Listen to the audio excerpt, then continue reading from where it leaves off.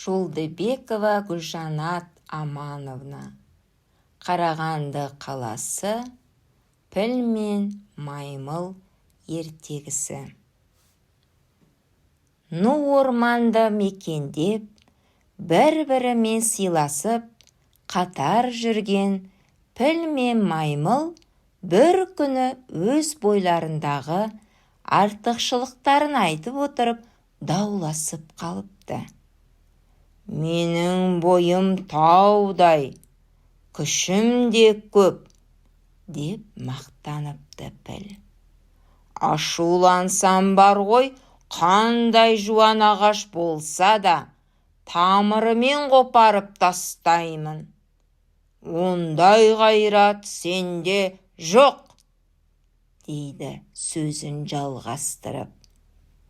Ал мен ептімін, ештеңе бөгет бола алмайды, деп таласыпты маймыл. Ағаштан ағашқа ырғып, ну орманның арасымен сырғанап жүре беремін. Осылайша піл мен маймыл өз бойларындағы қасиеттерін айтып, ұзақ таласыпты. Бірінің айтқанына бірі көнбепті. Өздері бір бітімге келе алмапты. Енді бұл туралы өзгенің билігін естігілері келеді. Сөйтіп, екеуі жуан емен діңінің қуысында отырған үкіге барыпты. О, орманның ақыл күйі, депті піл. Мына маймыл екеуміздің таласымызға өзің төрелік айтшы. Не жайында таласып жүрсіңдер, деп сұрапты үкі. Сол кезде жыпылдаған маймыл сөзді іліп әкетеді. О, біздің ақыл күйіміз, анығын айырып берші. Күш қайрат істен бе, епшілдік үстен бе? Мұны естіген үкі, піл мен маймылдың не үшін таласқандарының сырын түсінеді. Сәл ойланған соң, мен сендерді іс үстінде сынап көруім керек. Кесімін содан кейін айтамын, депті үкі. Қалай сынамақсың, деп піл мен маймыл сұрайды. Үкі екеуіне кезек-кезек қарайды да, аздан соң, мына өзеннің арғы бетіне өтіңдер. Қалың ағаштың арасында биік өскен бір түп алма ағашы бар. Қазір жемісі уылжып пісіп тұр. Екеуің де өзеннен өтіп барып, сол алма ағашының алмасынан алып келіңдер. Мен сол алмаға қарап отырып төрелік айтамын, деп сын шартын түсіндіреді. Піл мен маймыл өзенге қарай беттейді. Келсе, өзен арнасына сыймай, лыққа толып, астан-кестен боп ағып жатыр екен.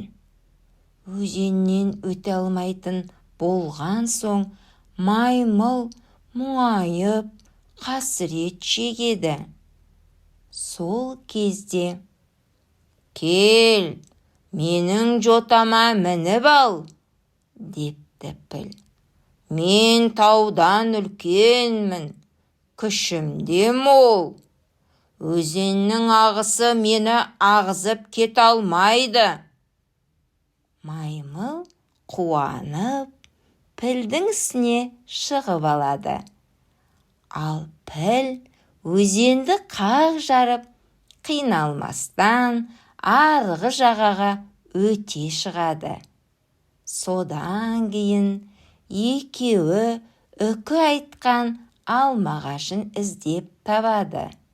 Қараса, алмағашы зәулім биік екен. Жемістің бәрі қол жетпейтін биікке өсіпті. Қанша созса да пілдің тұмсығына бірде-бір алма іліге қоймайды. Өзінің алма ала алмайтынын білген піл қатты налиды. Сол кезде маймыл: «Мұңайма», депті пілді жұбатып. «Қазір мен алма ағашының басына өрмелеп шығамын да, басындағы жемістерді жерге түсіремін. Сен жинай бер». Маймыл бұтақтан бұтаққа секіріп, ағаштың басына өрмелеп шығады. Алмаларды үзіп, жерге тастай береді. Ал піл оларды теріп, бір жерге үйіп қояды. Сөйтіп, алмаларды алып болған соң екеуі кері қайтыпты. Өзенге келген кезде маймыл жиған алмаларды құшағына қысып, тағы да пілдің жотасына мініп алыпты. Піл өзенді қақ жарып, балпаңдай басып, қиындықсыз өте шығады. Екеуі алып келген алмаларын үкіге беріп, оның қандай төрелік айтатын тосыпты. Сонда үкі бұлай деп сұрайды: «Маймыл, сен мына ағыны қатты өзеннен қалай өттің?» «Мені піл арқасына мінгізіп өткізді», дейді маймыл.